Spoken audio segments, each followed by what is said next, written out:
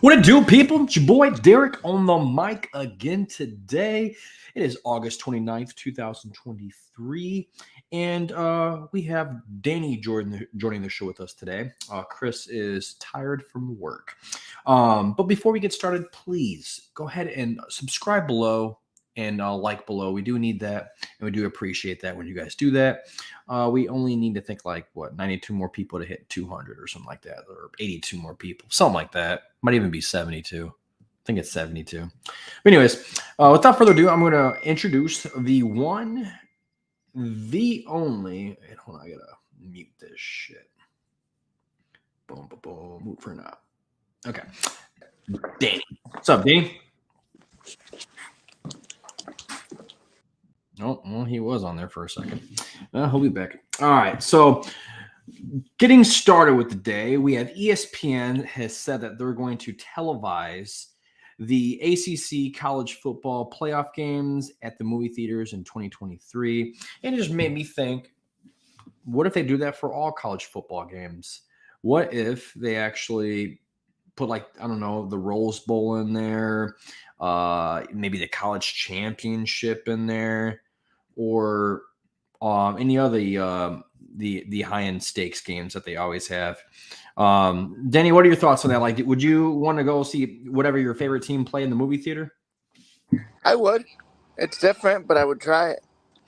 I feel like if we can rent out a whole entire theater, like Portage 16 IMAX or the Imagine Theater or whatever, can you imagine just a bunch of us in the room just screaming and yelling the entire time, drinking? What if you could bring your own alcohol? I mean, that'd kind of be wild. You'd have to have security for sure.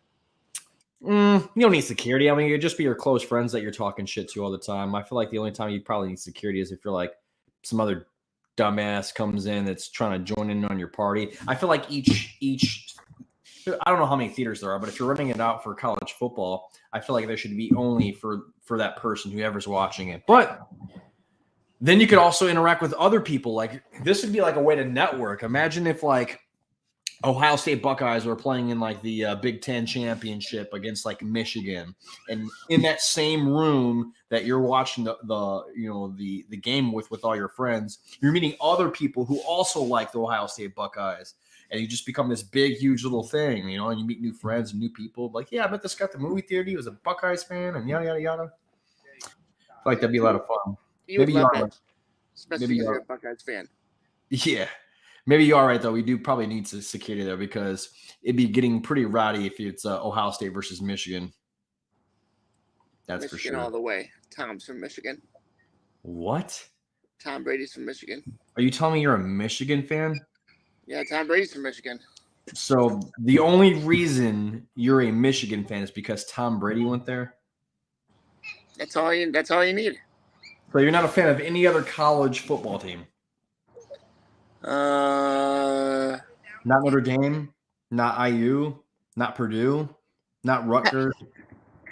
All right, Joe. All right, how about, I almost said Joe Montana. How about Notre Dame, just because Joe Montana went there? And there would be no Tom Brady if Tom Brady didn't look up to Joe Montana and start playing football. So, Notre Dame. So you're not a Michigan fan anymore? No. I like Michigan. Boo.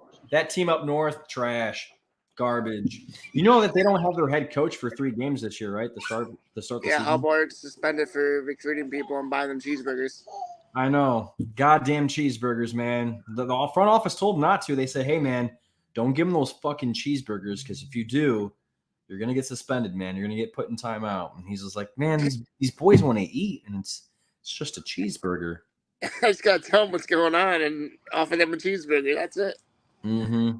Fucked up. You know who doesn't? His whole life is apparently football, and he'll do whatever it takes to win the game. Do you know who I'm talking about? Who? Deion Sanders. This man chose to amputate 2 toes rather than stay in the hospital and miss his JSU game. Uh-oh. Got a little one in there? He's excited for the football talk. Football knowledge. Say hi, JJ. He's all bashful now. He's like, oh, nope, I'm out of here. So he amputated 2 toes.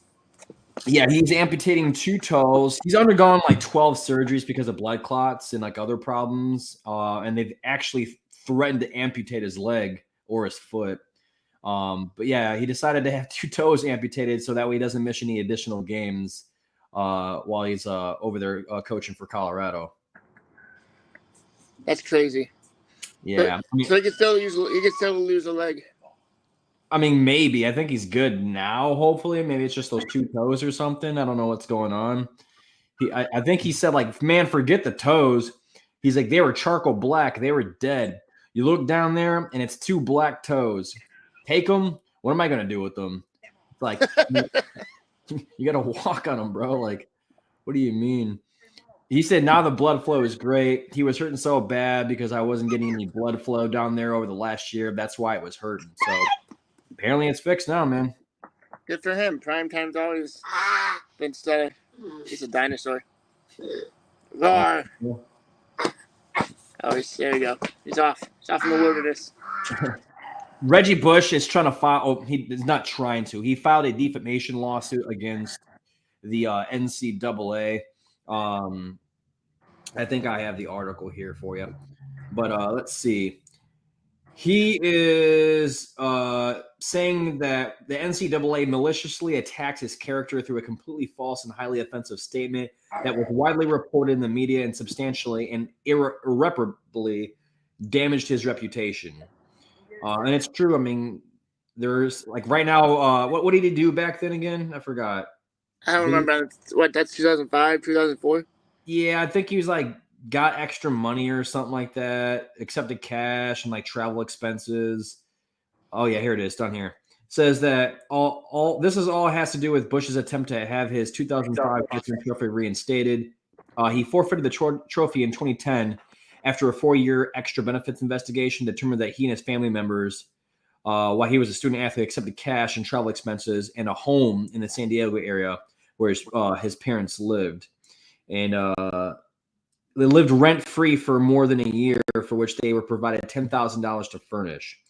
And right now, nowadays, we have what the like where everyone gets money and all that stuff nowadays. So like I feel like this is why he's doing. He's like, dude, nowadays everyone's allowed to go do it, and that's what I was trying to do back then. But you guys were preventing it. But you took away my Heisman for it. So now he's suing them for defamation. And honestly, I hope he wins. Yeah, me too. I mean, I like Reggie Bush. Okay, so taking away his trophy, did that? He was still going to play at a high level regardless if he took away the trophy or not. I mean, he earned it. Secondly, I'm like, hey, he couldn't afford to go out the school out that way for him to like compete at that level. And that's where he wanted to go. I don't see any problem with it. Yeah, I don't understand why they just won't give it back to him, knowing that like whatever they like, it's like jail for like smoking marijuana, and then like the next year marijuana is actually not illegal anymore, and everyone's allowed to smoke it. It's no longer illegal anymore. However, the person's still getting charged for the crime last year. True. It's like they're essentially trying to treat it like the law. Like, okay, it was a crime at the time, and he's apparently being punished accordingly for that crime that he committed at that time. And there's, in the legal system, you can do what's called an expunge. You can get it expunged from your record and taken off, but apparently not in the NCAA. Once you do it, they're like, we're not giving it back to you. I find that kind of bullshit, though. Yeah, it's kind of bogus, to be quite honest. Did you hear about Trey Lance being traded to the Cowboys? I did. Yeah, let me see. He was traded for. I had it on here. He was traded for a mid-round pick. Apparently, he gets a fresh start to go play behind Dak Prescott. Do you think there's a future in there over there in Dallas for the Trey Lance? Do you think he's going to be a good backup over there, or do you think he's got the potential to be a starter in the future? He's been so injury prone. I couldn't really say, but at this point in time, I'd say a backup at best. I mean, Sam Darnold beat him out for the QB2 job. Maybe a third string backup at best. I'm going to show you some stats from Sam Darnold. He sees a lot of ghosts, according to after that Patriot loss years ago. So that's true. So these guys broke it down of how bad of a trade that the 49ers did to move up. And this is what it is. Lance doesn't pan out for the 49ers. that's going to be looked at as one of the worst trades in NFL history. They traded 3 first-round picks to move up to number 3 to go and get Trey Lance. Those first-round picks became Micah Parsons, Cole Strange, and Brian Breesy. And the Dolphins used those picks that the 49ers gave them to trade for Tyreek Hill and to draft Jalen Waddle and to trade for Bradley Chubb. Remember the 10 picks after Trey Lance, too. And now I was a Trey Lance supporter in college, but those guys were Kyle Pitts, Jamar Chase, Jalen Waddle, Penei Sewell, J.C. Horn, Patrick Surtain, Devonta Smith, Justin Fields, Micah Parsons, and Rashawn Slater. That's insane, dude. I just wanted to shed some light on that. Like, all those players went after Trey Lance. All of them having really, well, not all of them. The majority of them are having really good careers. Devonta Smith, Jalen Waddle, Jamar Chase, Michael Parsons. And we can keep going on. But they gave up 3 first-round picks. Like, that has to be one of the worst trades of all time, right? Oh, they set their roster back years. Do you think there was a worse trade than this? Not that I can think currently. I'd have to really sit down and think about it. When you name all those players. Like, even when the Bears traded up to get Mitchell Trubisky, I think they traded up 2 or 3 picks. At least he started for multiple years with them. You know, like, you got some sort of production out of him. Like, they've got like a couple of games out of him, and he just keeps getting injured, and now they're trading him away for a 4th-round pick, you know? Like, that's brutal. And then Mitch Trubisky, he looked like he's going to be a starter for a little bit. Just all the coaching changes probably destroyed him. Literally, dude. I don't know. That just... To me, that's for sure. It's up there for like one of the worst trades. You gave up 3 first-rounders, okay, which is terrible. I mean, and that wasn't even that much of a pick. Like, weren't they like 6th or something? Yeah. So just a few picks they moved up, gave up a whole bunch, and this guy is not their future. I feel so like, and they're lucky they have Brock Purdy over there, but I don't even know if Brock Purdy is going to be like exceptional or anything like that, especially coming off his injury and stuff. But it might not be the same. We shall see. But that was definitely one of the worst ones I've ever seen, by far. We were talking about the Will Levis back in the day. It was like earlier this year about his mayonnaise, him putting mayonnaise in coffee. Mm-hmm. Well, he got himself a deal. He signed a lifetime deal, by the way. So he's going to have a lifetime of mayonnaise to put inside his disgusting coffee. That just sickens me right there. Like, I'm looking at this and just instantly wanting to gag and puke. He does that? Yeah, he puts mayonnaise in his coffee. Is that a cookie? What the That's gotta be like a cookie or a muffin, bro. It looks like a muffin. This dude's putting mayonnaise on muffins. Oh my god, it just gets worse. This guy's the most disgusting human in the NFL. In the NFL. Gross. So how much is he gonna get paid for a lifetime deal? I don't know. That's a good idea. Let's see. How much is Will Levis getting from the mayonnaise? Hellmann.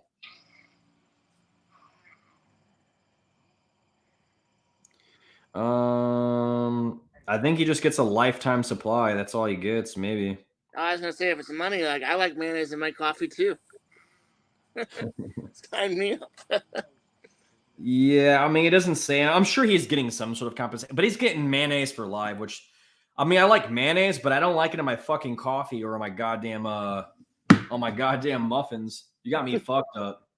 You got me fucked up. I don't even like icing. If you gave me icing, I wouldn't even put icing in my coffee. I wouldn't even put icing on my muffin, bro. Like, mayonnaise. I'm trying to comprehend how that would taste. I just can't. I want you to try it out. I don't want to. You got mayonnaise right now?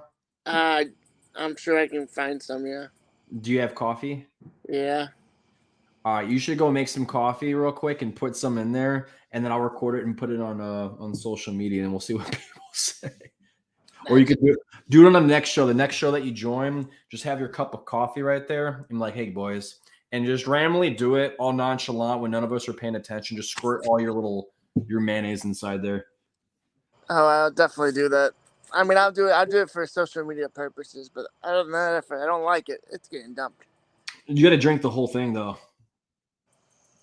I tried. Corey Davis retired. He said, for some time now, I've been contemplating stepping away from the sport of football. This decision has not been easy. Although I am a deep person, I am a man of few words. I've been searching my heart for what to do, and I feel that stepping away from the game is the best path for me at this time. I have more blessings than I could ever imagine. I have an amazing family, a beautiful wife, 2 healthy children that I look forward to spending more time with. I'm truly grateful for all the opportunities I have had and will continue to have on my journey.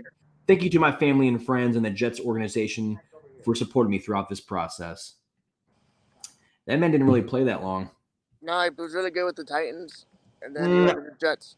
I don't even think he was really good with the Titans either, bro. Like, they drafted him in the first round, and he really didn't pan out. I think I remember drafting him one year, and then he got injured for a while. Then he came back the next year, and he was, like, somewhat productive, but, like, he was all right. And then he went over to the Jets, same thing. Like, he wasn't, like, an elite wide. He hasn't been, like, no Jamar Chase, balling out, Tyreek Hill, any of those types of guys.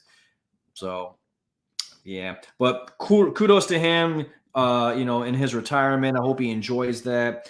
I know a lot of players seem to do once they leave the NFL. Some of them always want that itch to go back, but I think he gets injured too much, and I think it's affecting him, and that's why he's retiring.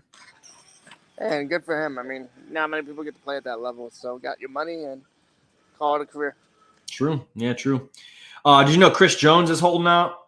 Yeah, he'll be traded. Did you see what he said, though? He said, I don't know if I still have that here. Yeah. Chris Jones indicated on social media that he's willing to continue his holdout from the Chiefs until week 8. He said he's willing to forfeit his weekly $1.1 million game checks to do it. Yeah, that's a clear sign to trade him. This dude's going to wait until week 8. He's going to hold out, and he's just going to give up $1.1 million a week. I mean, I'll take that money. Bro, I'll go play. I don't give a fuck, dude. $1.1 million a week, bro. Sure. Sign me up, bro. Give me $200 a week. I mean, I'll come in. And all I got to do is sack the quarterback, and you're paying me to – dude, that's like an excellent job to have. You literally just get to go run at the quarterback all the time, essentially. So much fun, and you're getting paid to do it. But props to him on him trying to get his money. But $1.1 million, you're going to forfeit that until week 8, man. I guess you got to do what you got to do to prove a point. Yeah. He wants one of those top 3 contracts like Aaron Donald. Yep, yes he does. You think he he's deserves it? He's just as good as Aaron Donald. I don't know if he's just as good as Aaron Donald. Aaron Donald is like a whole other specimen. That dude gets triple teamed on almost like every snap, or definitely double teamed. No one ever puts him one-on-one. If they do, he definitely makes them pay. This dude, he trains in the offseason with knives. I've never seen anyone train with knives before. Why does he train with knives? I don't know. I forgot what it was. It was a long time ago, but he was training with knives. And I was like, this dude is crazy. Like, just crazy, bro. Crazy, like, crazy way of training. Let's put it that way. He does some crazy training techniques. Well, if he holds out to week 8, the Bears could use a defensive tackle. It's true. Trade him to the Colts. Yeah, you guys need a lot. Your team's weak. Yeah, we'll see. I don't know. I'm surprised what our team's going to look like this year. I'm anticipating like 5 wins, maybe 6. We'll see. There's a lot of trades that have happened in the NFL today and in the last couple of days. So Isaiah Simmons, in the last year of his contract, the Arizona Cardinals decided, you know what, let's get something out of him, and they traded him to the Giants for a 7th round pick. I call that highway robbery. Giants are fleecing those guys on there. But there was more trades. The Cardinals have made a couple trades that day. They traded away their offensive tackle Josh Jones and a 7th round pick to the Texans for a 5th round pick. That I also don't understand. I feel like they're just firing everybody essentially. And then they traded a 5th round pick to the Browns, which is probably this one, to get quarterback Josh Dobbs and a 7th round pick. So I'm assuming they just got this back and gave away this to get Josh Dobbs. I guess they need a quarterback since Kyler Murray might not even play this year. He's going to be out to start the season. He's been wearing those bras at practice. I know, sports bras, bro. That was a little suspect, man. That was weird. Very weird. Some other trades. Nick Folk, your kicker for the Patriots, got traded to the Titans for a 7th-round pick. How do you feel about that? I'm upset because now I gotta figure out my Patriots kicker now. Get to figure out who the new kicker is? Yeah. Let's see. Patriots kicker. It's a rookie they drafted this year, I believe. Chad Ryland. Yep. He has a stronger leg than Folk, apparently, and has been better on kickoffs. That's important. Yeah. Then also, a surprising move. Sean Payne isn't done yet. He traded for Will Lutz, former Saint, now a Bronco. I like that move a lot. And this is why I like that move a lot. It's because Will Lutz is going to be a Hall of Fame kicker when it's all said and done. Do you think so? Yeah, I always thought Will Lutz was one of the better kickers in the league. Yeah, he's a really good kicker. I don't know. Sometimes it's really hard to get into the Hall of Fame as a kicker. Well, if there's a Hall of Fame for kickers, he'd be in it. Yeah, I mean, right now I'm thinking of Hall of Fame kickers. I'm probably thinking of Adam Vinatieri, Justin Tucker. You're talking about kickers that win you postseason games or Super Bowls? Will Lutz has only won one Super Bowl. Or I don't even know if he did win that Super Bowl, the one with the Drew Brees, but I mean, they didn't need a kicker to win that Super Bowl. You guys were destroyed. You guys came back in the second half. Chill out there, pal. Let's see what other. I think that's it for trades. And then Jonathan Taylor did not get traded. Apparently, he's going to stay on the team for the Colts, and he's got put on the PUP list, which means he's going to be out for the first 4 games of the season. So all you fantasy goers out there or whatnot, you're going to have to find a replacement for him for the first 4 weeks of the season. Now, the Colts' next best opportunity to probably try and trade Jonathan Taylor away is the October 31st trade deadline. If no deal is done by then the Colts could just be a dick and tag Jonathan Taylor and try to trade him again in the offseason. There's no end to this drama at all. And the crazy thing is the Colts can have him for 3 more years. What they could do is put him on the PUP list for the whole season, and it's just going to delay. It's going to act like if they do that, it's pretty much acting like this entire season didn't count, and he still has to play on his rookie contract next year. Then they could tag him next year for the franchise tag. That means he has to stay a whole another year, okay? Then if they want to, they could be a dick again and tag him again a second time. That means he'd be stuck with the Colts for at least 3 years. By the time he might not be the same running back he was 3 years ago. He'll be 27 years old, man, and hasn't played a snap in 3 years. His value would go down tremendously. I don't think anyone would want to pay $15-16 million a year for him. No. Yeah, Colts are pretty much holding him hostage right now, essentially. We'll see how it plays out. I mean, as a Colts fan, I would love for him to stay and for the Colts to somehow work out a deal with him. But based on all this, the media and everything I'm hearing from everybody, that it's pretty much done. They gave up. They don't give a fuck. They're just trying to get value from trading him away. But they know what they have, and they don't want to trade him away for nothing. I do know that the Colts rejected the Dolphins trade, and I guess the Bears were interested, and there was another team that was interested too. I forgot what the name was. Might have been the Cowboys, but You guys wanted I'm assuming they didn't offer a first-round pick. No, like a second and a fourth, I heard, and Jeff Wilson maybe. Jeff Wilson would have been a decent pick. I don't know, second and fourth round. I don't know. I think personally, I know what Jonathan Taylor brings to the table. He just almost won an MVP, 2 years ago. That's what he's removed from. Last year was an injury-ridden season. I just feel like we could still get a first rounder out of him for sure. For sure. Josh Jacobs got a new deal though. Unlike, oh boy, it says the star running back is on a 1-year contract worth up to $12 million. Sources tell Ian Rappaport and Tom Pelissero. It's taking the place of the franchise tag. So essentially, he's getting a 1-year deal, and he doesn't have to play on the franchise tag. He just plays on a 1-year contract, which is pretty interesting. He got paid $12 million for being the leader. I wonder if Jonathan Taylor would do something similar, maybe try to sign like a 2-year deal for $24 million with the Colts. Maybe. I'd hope so. Is it all guaranteed? No, I mean, I feel like some of those are never guaranteed. I feel like the only people who get guaranteed contracts are the quarterbacks. That's true. Did you see that Notre Dame game that was in Ireland? Against Navy? I think so. They were flooding the streets. And when I say flooding the streets, I mean, it looked like a Cubs game, bro. Like, you know how like when the Cubs won the World Series and they had that parade out there and it was just packed? Yeah. It was sort of like that, but that was in Ireland. It says 39,176 American fans made the journey. Like 40,000 people essentially, or 39,000 people traveled to there and just to see this game. And it was a blowout.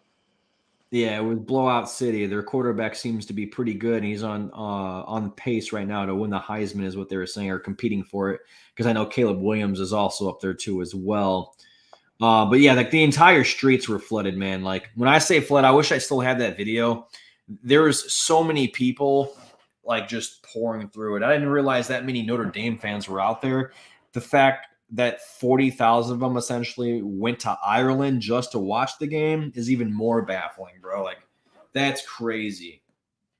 I'd go to Ireland for a game. For your favorite team? Yeah, I'd go to Ireland. I mean, I would love to go, just actually doing it, you know, like getting the money, setting it all up, and going on out there. I'm from Ireland. You said what? I'm from Ireland. No, you're not. You look like you're from Ireland, though. I'm nice and short. Yeah, you got the beard and everything for it. And I think that is it as far as like NFL news. The rest of it's all basketball news and baseball news. There is one thing I would say. The White Sox are thinking about moving guaranteed rate field. They're thinking about either moving it to the suburbs or taking it to Nashville. How would you feel? Because I know you're a Sox fan and you're also a Cubs fan, but then you're also a team whoever's winning fan. So I never know. But I feel like you've been to more Sox games this year than you have Cubs games. So my question for you is, if they moved to Nashville, how pissed would you be? Smart ass comment. I'm a fan of whoever's winning. Gotcha. Love it. I'd be really angry. They've been around since your grandfather, his grandfather, 1800s, late 1800s. 1900s, you know, whenever baseball started, the Sox, you know what I mean? So, like, just destroying history. Right. Would you rather them, so you'd rather them be in the suburbs if they are going to move instead of, yeah. Okay.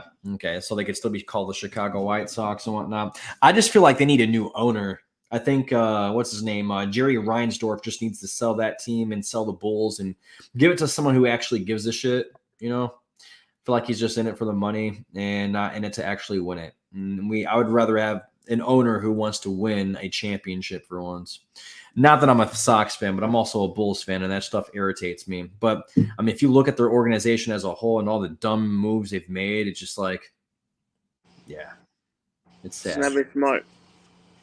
And I know you know Shohei Ohtani. He tore his UCL, and he's going to get a second opinion on surgery. So he's shut down from pitching. He will no longer pitch for the rest of the season. But he should get, you know, that's Tommy John surgery, right? He might. I don't know.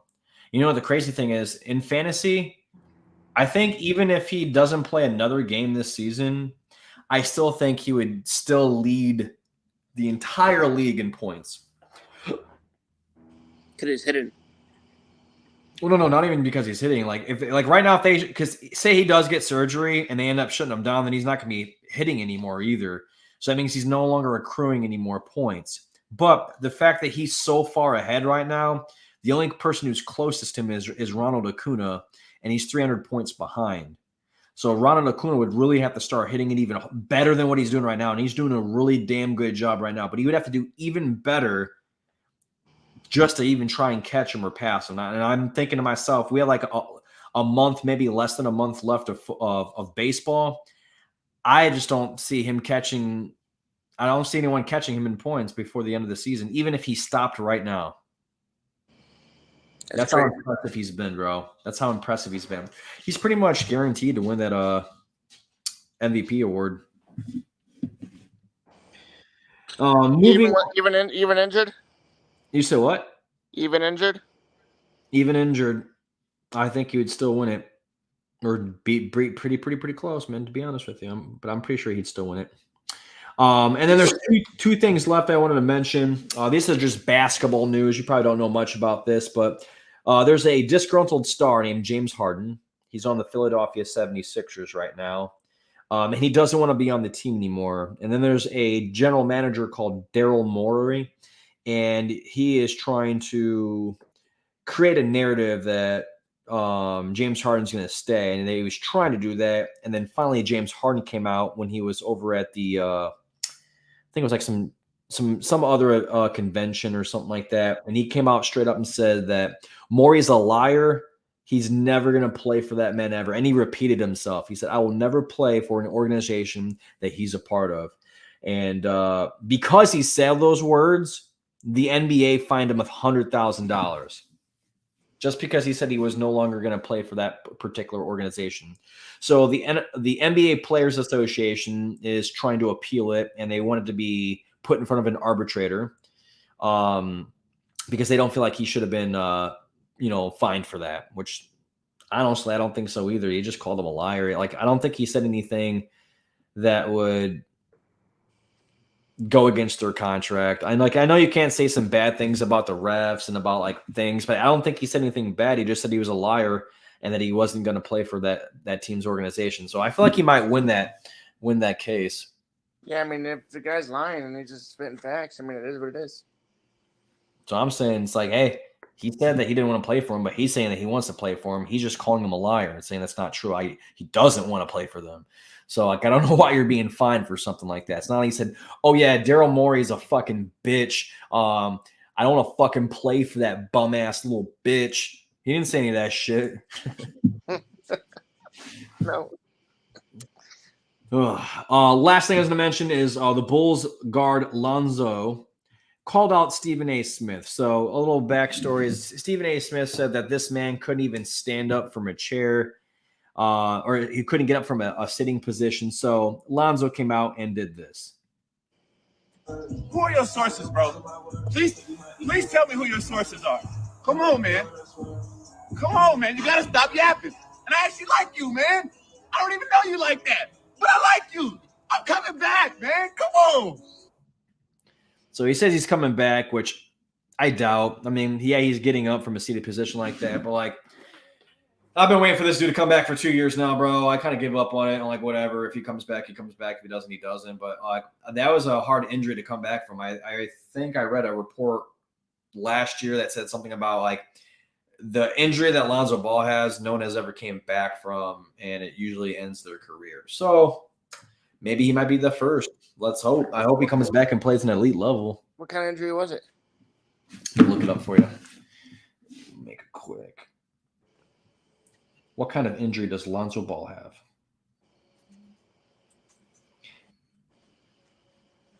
Oh, he tore his meniscus. And he's had 3 surgeries since that meniscus was torn. And it says the reoccurring issue stemming from his left knee injury is why a lot of people say he won't play again. But we'll find out, I guess. But that's it, Danny. That's all I got for the day, man. I'm pretty sure we've covered every single topic.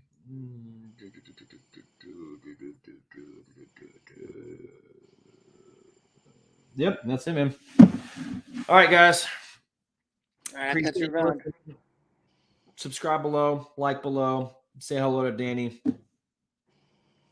Later, Danny. I'll talk to you later, bro. Later, buddy. Deuces. All right, guys. Subscribe and like below. Decent show today. Had a lot of good topics that we talked about and whatnot. If you guys have any questions or you guys want to leave any comments, go ahead and leave those below. Say your 2 cents, and I will reply back when I get a chance. We need 72 more subscribers, though, so right now. Like that motherfucker. Also, football season's 2 weeks away, guys, and we're gonna have hella storylines. I'm already excited for it. I'm ready for fantasy football. Let's get it going. But deuces, y'all.